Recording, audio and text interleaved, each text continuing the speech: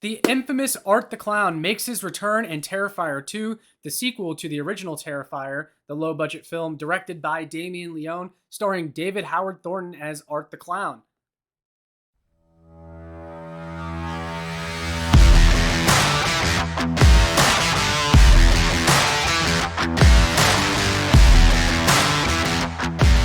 Art the Clown and the Terrifier franchise seem to have taken the horror genre by storm, but was this movie a step forward from the first original Terrifier? Were they able to take the issues from the first Terrifier, improve off of them, and make this movie a smash hit that everyone thinks it is? Let's talk about it. Anyone that knows me knows that I am a huge fan of horror movies. I'm a huge fan of Art the Clown. I really enjoyed the first Terrifier despite it being that low budget film that doesn't have a lot of story, that doesn't have the greatest acting, but the entire point of Terrifier 1, the entire goal of that movie was to introduce Art the Clown's character as this new, this potentially big horror icon that has a seat at the table with the other horror movie slasher icons like Freddy Krueger and Ghostface and Michael Myers and all those guys. And like Art the Clown just has that look to him that, if I saw him outside in a dark alley or in the woods or something by myself, I would be terrified. Art the Clown just has that creepy look. He absolutely nails it. David Howard Thornton is an incredible actor. I've also read that David Howard Thornton is actually a professional mime, and because of his experience acting as a mime, was able to nail this role of Art the Clown, both in the original Terrifier and in Terrifier 2.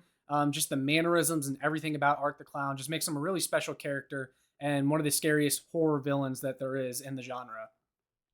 However, in the second Terrifier, they really made it a point to create this story around the Art the Clown character. And they were also able to surround David Howard Thornton with a really good cast, in my opinion. Lauren Lavera as the main protagonist. Sienna was absolutely fantastic. She really was a strong individual character in this movie.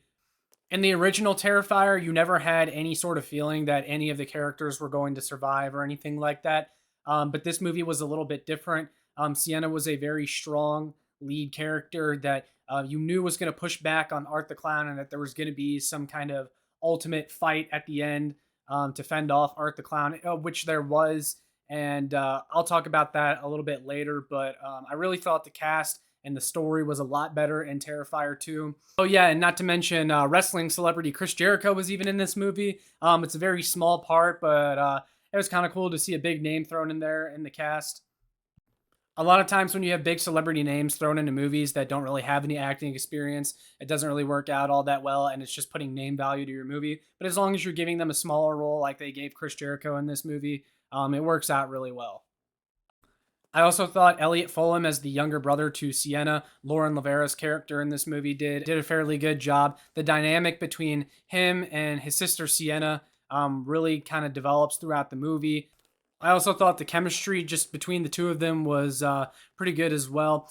They really do sell themselves well as a brother-sister character. And I also just thought the chemistry between the two worked out well for them being brother and sister in this movie. And then, of course, one of my biggest positives from this movie is the kills. The kills are awesome. If you loved the first Terrifier and the kills that were in that movie, you're going to love this one. There's even more blood. There's even more gore.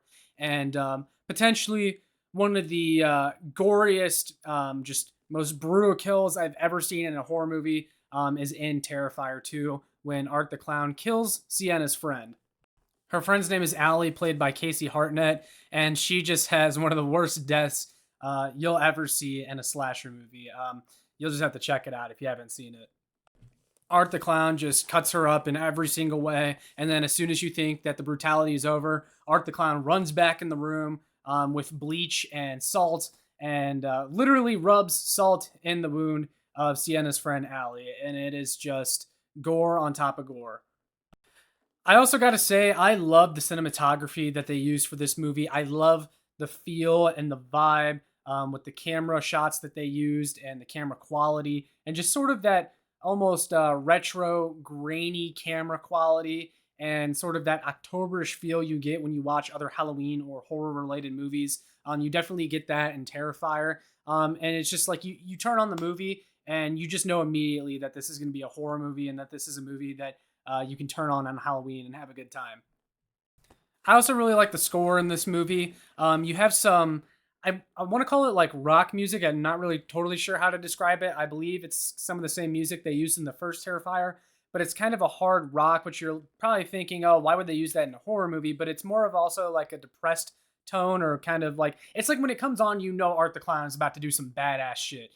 That's really the only way I can describe it. And then, of course, there's the iconic scene from this movie where the lady with the banjo is singing Clown Cafe. And that music is very creepy. That whole scene is very creepy. The appearance made by Art the Clown, his entrance when he comes out of the food truck and he waves at everyone with the creepy smile of his. It's like you see that and you're like, oh yeah, this is going to be a good movie.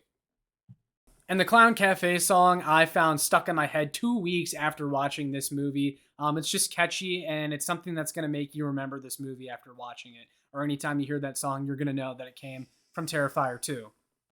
And then I just got to gush about Art the Clown as a character some more. I mean, I just love him. Again, the mannerisms, the way he acts, the way he moves, and the way that they set up a lot of the scenes involving Art the Clown in this movie, like when he knocks on the door for trick or treating, and Sienna's friend opens the door and it's Art the Clown there with a big goodie bag that's filled with a bunch of murderous shit, and he's got blood all over him and all this stuff, and then he breaks into the house a little bit later in the movie, and Sienna's friend is watching as Art the Clown literally walks in the kitchen after breaking the door down or breaking the glass on the sliding door. Walks in, gets himself a glass of water, drinks it, turns around, looks her friend in the eyes, and then starts chasing her up the stairs. And it's just, I mean, they really do a good job making Art the Clown as creepy as possible. I think if you were someone that wasn't quite sold on Art the Clown or the Terrifier franchise after the first movie, you're definitely going to change your mind after watching this one. They really just improved on just about every single aspect that they struggled on when it came to the first movie. Now, on to some of my cons about this movie. And the first one, even though I love Art the Clown, I love the Terrifier franchise, 2.5 hours as a runtime for this movie was a little bit long. And you definitely feel it in the third act. You feel that 2.5 hours. It just hits really hard at the end. And I felt like they could have cut some of that down if the fight scene at the end of the movie between Sienna, her younger brother, and Art the Clown wasn't so long. They definitely could have cut that down a little bit. Just a lot of back and forth that did not need to be that long. And then that weird scene at the end with Sienna when she was in the tank of water and everything. They really could have done something different to cut that down. It just did not need to be all that long. And then another complaint I had was the mom character in this movie. I don't even think that she was necessarily a bad actor or a bad actress. I don't think that her character was unnecessary. I just think they kind of did her a disservice. There seemed to be a point in this movie where she felt like she was losing her kids a little bit, and that maybe her kids were going to be able to bond with her once again over this whole Art the Clown tragedy or something like that. And then she just dies. She gets killed by Art the Clown. And then on top of it, there's no mention of it afterwards. These kids, Sienna and her younger brother, just don't even talk about the fact at all that their mom died. Like they act like they don't even care, that it wasn't even significant that their mom got killed by Art the Clown. So I thought they just did that character a disservice, and the writing could have been a little bit better there. And those are really my only big cons. I otherwise really enjoyed this movie. There's a lot of questions, though, that we still are left unanswered when it comes to Art the Clown that I imagine we're going to get in the third Terrifier, which it's already been confirmed that they're working on a third Terrifier. In the end of this movie, though, I believe it's a post-credit scene. I could be wrong about that. Maybe it was just the ending of the movie. But Art the Clown, after being killed supposedly by Sienna and her younger brother, is reborn. And it seems like that is confirmation that Art the Clown is more so a supernatural character than a human character. But we still don't know a ton about Art the Clown's backstory or, why he kills people or anything like that. So maybe we'll get some answers in the third movie. All in all, I am glad to see the success story that is the Terrifier franchise, that is Art the Clown's character. This movie was also relatively low budget, and they were able to basically start from scratch with this franchise from the first Terrifier being low budget, getting enough together to greenlight a second movie, and then the second movie being a hell of a lot better than the first one. Some small theater releases, and then the movie started to get really popular, and then it got more movie theater appearances. It got re-released again after that. A lot of people started to go see it. Then all of a sudden the movie was making $10-20 million in the box office. And it's one of the biggest success stories of 2022. I wish it got released a little bit earlier, but COVID delayed that a little bit. I'm just glad we got this movie, though. I love this movie. It's going to be one of my favorites for a long time. I'm not really sure how much rewatch value it has just because of that 2.5 hour runtime. And after watching it, you're just like, man, I don't know if I want to do that again. But it's still fun to go back and watch a lot of the Art the Clown kill scenes. But you can always watch those on YouTube instead of watching the entire movie all over again. I love this movie, though. Can't wait for the third one. Shout out Damien Leone. Shout out David Howard Thornton. Love this movie. That's all I got for this one, guys. I'm going to give this movie a 8 out of 10, though. Nearly perfect for me. There was just a few things that I would have changed.